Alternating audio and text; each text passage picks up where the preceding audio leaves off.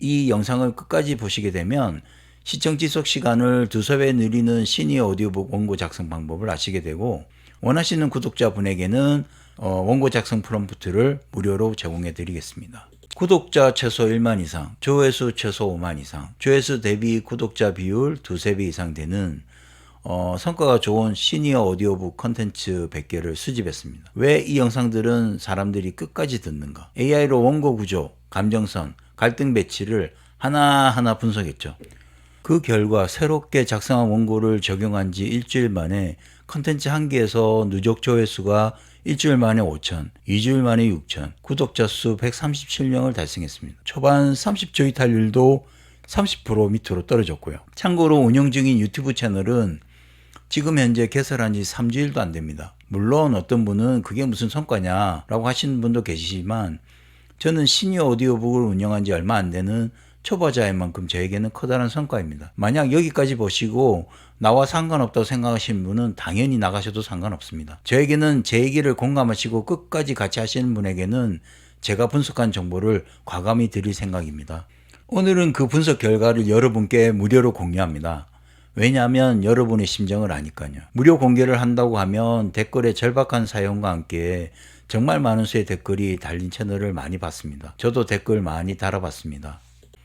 그럼 대체 뭐가 문제였을까요? 지금부터가 진짜 핵심입니다. 유튜브에서 알려주는 시니어 롱폼 제작 방법 다들 아시죠? 1단계 시크릿 창에서 인기 영상 찾기, 2단계 유튜브 서머리로 대본 추출, 3단계 챗GPT에서 새로운 창작해달라고 요청, 4단계 클로드로 본격 대본 작성. 맞죠? 저도 처음엔 이렇게 따라했습니다. 채널에 올리기만 하면 다른 사람들처럼 조회수가 오를 걸로 기대하고 말이죠. 근데 여기엔 치명적인 함정이 있더라고요. 똑같은 무료 강의 방법으로 제가 한 달간 영상을 만들었는데 조회수가 거의 나오지 않았습니다. 구독자 수도 손에 꼽을 정도고요. 왜 그럴까요? 다들 똑같은 방법으로 만드니까 내용도 비슷하고 주제도 비슷비슷한 원고만 양산되는 겁니다. 예를 들어 냉동창고, 가둔, 며느리, 남편, 아들 이렇게 키워드로 검색하면 관련 컨텐츠가 100개 이상 검색이 됩니다. 벤치마킹의 힘이죠. 하나가 뜨면 이렇게 벤치마킹된 유사한 컨텐츠들이 생겨납니다. 얼마나 빨리 벤치마킹을 하냐에 따라 조회수 승패가 갈리는 거죠. 그런데 조회수가 올라간다고 여러분들이 원하는 구독자 수가 올라갈까요? 구독자 수는 말 그대로 현재 컨텐츠가 마음에 드니까 다음 컨텐츠가 좋을 것이라고 기대하고 다음에 또 방문을 하겠다는 의사표시입니다. 그런데 썸네일과 제목으로 어그로만 끌고 내용이 등장인물과 상황을 바꾼다고 해서 다른 채널과 차별화가 되지 않고 유사하면 시청자는 바로 이탈해버린다는 것입니다. 그동안 가장 중요한 걸 제가 놓치고 있었던 게 이겁니다. 왜 그 원고가 인기가 있었는지 분석을 안 한 겁니다. 고수들도 그렇게 얘기합니다. 조회수가 높은 콘텐츠를 분석하라고요. 하지만 상세한 분석 내용은 이야기하지 않습니다. 왜냐하면 본인의 밥줄이니까요. 단순히 주인공 이름 바꾸고 배경 바꾸는 게 아니라 원고 구조를 파악해야 합니다. 그래서 제가 다르게 접근을 했습니다. 데이터 분석을 시작했죠. 최소 구독자 수는 1만, 최소 조회수 5만 이상, 그리고 구독자 수 대비 조회수 비율이 2~3배 이상 되는 컨텐츠를 조회하고 수집했습니다. 왜 이 기준이냐고요? 조회수가 5만이면 좋은 컨텐츠일 수 있으나 구독자 수가 10만 이상이라면 시니어 성격상 그 컨텐츠를 좋든 안 좋든 충성 구독자이기 때문에 그냥 듣는다는 겁니다. 하지만 구독자 수가 1만인데 조회수가 3만이면 거의 2만 명이 추가로 컨텐츠를 시청한 것이기 때문에 아무래도 품질은 더 좋겠죠. 물론 그냥 보통 5만이어도 좋은 컨텐츠일 수 있지만 학습 데이터의 정량적 기준으로 그렇게 정했습니다. 그렇게 수집한 시니어 오디오북 컨텐츠 원고 100개를 하나하나 AI를 통해서 스토리를 분석하고 특징과 60대 이상 시니어들이 공감하는 포인트를 산출하였고, 이렇게 수집한 원고가 시니어들에게 왜 인기가 많은지 분석하는 작업을 하였습니다. 그렇게 분석한 결과 명확한 패턴이 보였습니다. 다음 내용이 궁금하시면 구독과 좋아요 한 번만 눌러주세요. 다음 영상을 제작하는데 큰 힘이 됩니다. 분석한 원고를 보니까 원고의 내용 70% 이상이 주인공이 결혼해서 힘들게 살아온 이야기였습니다. 특히 여성입니다. 주로 시어머니, 남편, 시누이가 빌런으로 등장하죠. 그리고 집이 가난해서 고생한 이야기, 또 배우지 못해서 며느리, 자식에게 무시받는 이야기 등으로 과거의 자신의 이야기처럼 공감하는 부분이 크다는 것입니다. 그럼 왜 이런 내용에 공감할까요? 우스갯소리로 대한민국 아줌마들은 드라마의 악역으로 나온 사람은 진짜 그런 사람으로 착각한다는 이야기가 있지요. 그 착각한 이유는 과거 그렇게 어렵게 고생하면서 살아오다 보니까 과거의 나를 그렇게 힘들게 한 사람의 감정이입으로 그렇게 보인다는 것입니다.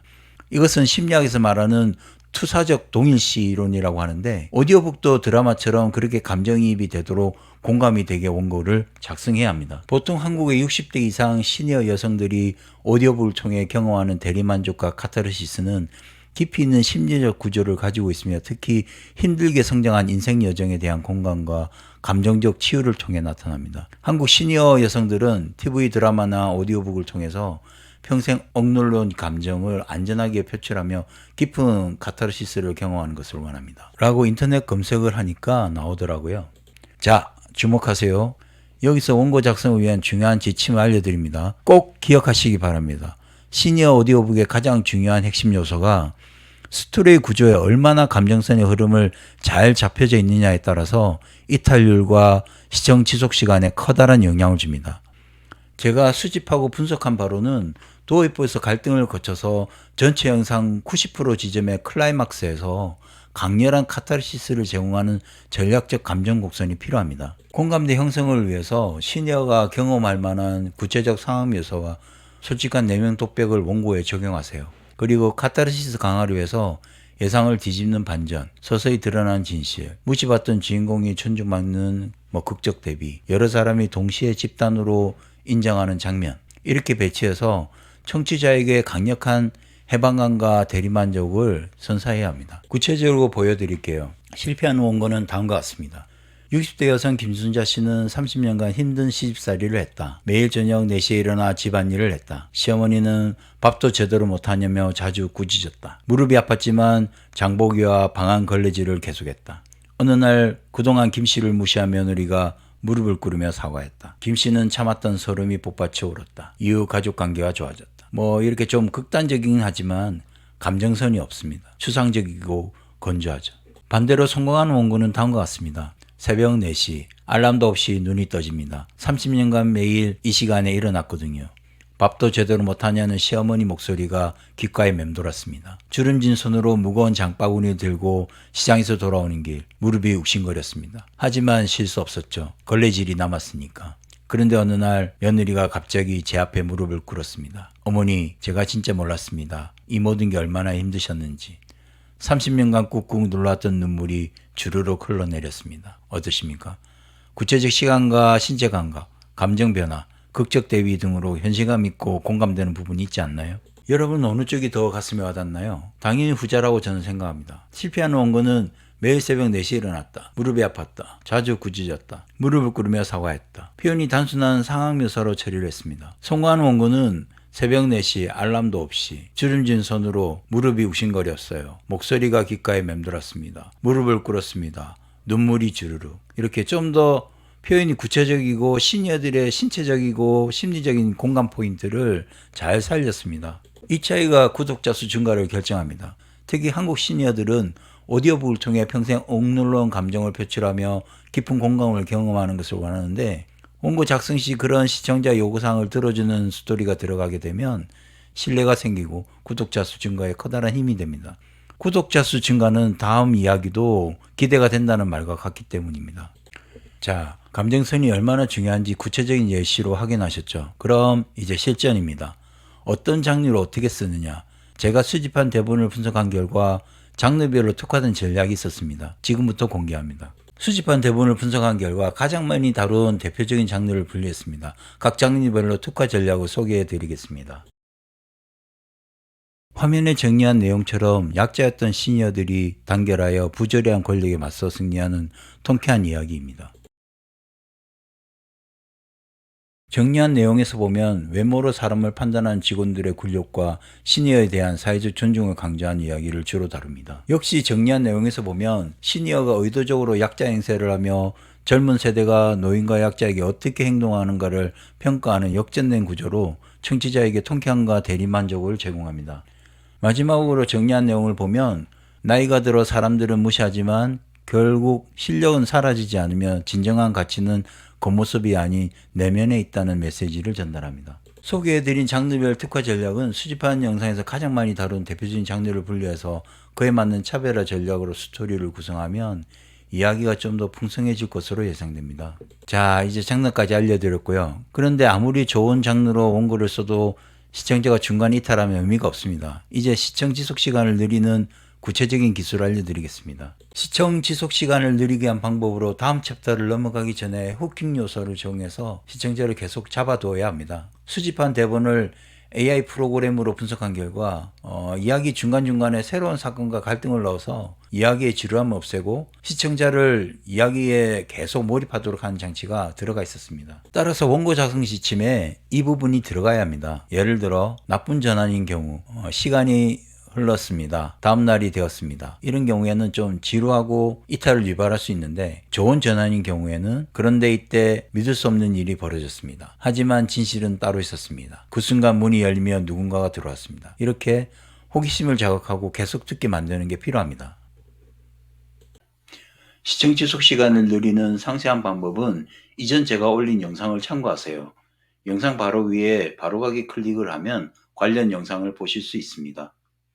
그리고 클라이맥스를 어디에 배치하느냐가 중요합니다. 분석 결과 인기 원고들은 전체 영상 길이에서 90% 지점에서 클라이맥스가 옵니다. 너무 빠르면 뒷부분이 지루해지고 너무 늦으면 그 전에 이탈을 합니다. 전체 길이의 90% 지점이 골든 포인트입니다.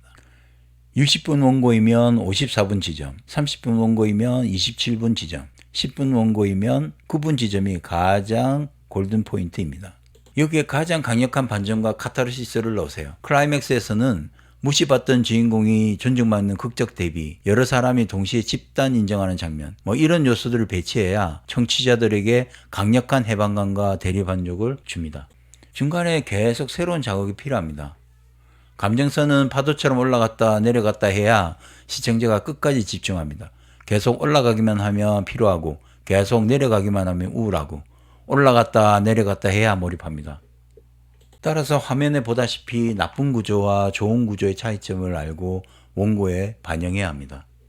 30년 시달리다가 드디어 며느리가 착해졌다. 이게 줄거리이면 다음과 같이 중간중간에 감정 요소를 삽입하는 것입니다. 그런데 시어머니가 방해한다. 갈등 요소. 며느리가 다시 차갑게 변한다. 절망 요소. 알고 보니 며느리를 시험한 것이었다. 반전 요소.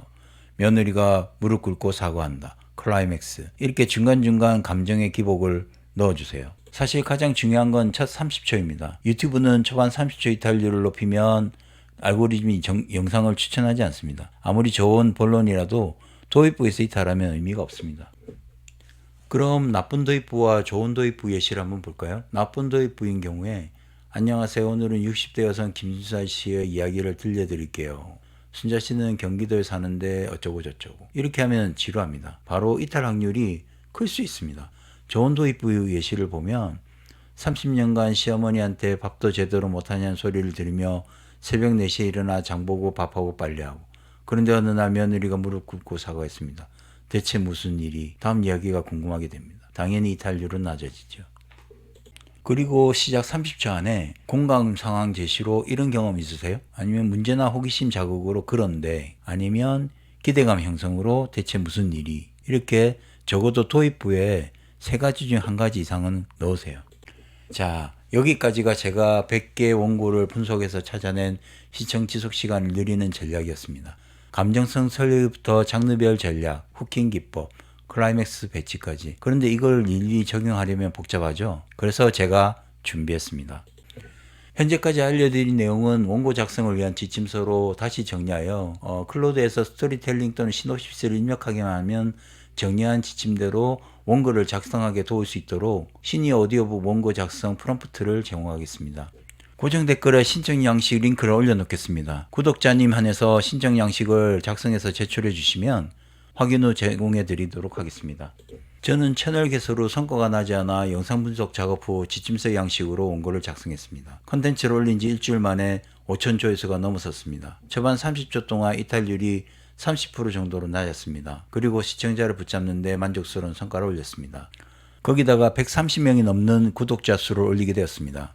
여러분도 제가 알려드리는 방법으로 좋은 성과를 올리시기 바랍니다. 그리고 시청 지속 시간을 늘리는데 원고 작성 방법이 앞서 알려드린 방법은 많은 방법 중에 일부입니다. 다음 영상에서는 시청 지속 시간을 늘리는 원고 작성법 2편을 알려드리겠습니다. 다음 편도 기대하시기 바랍니다.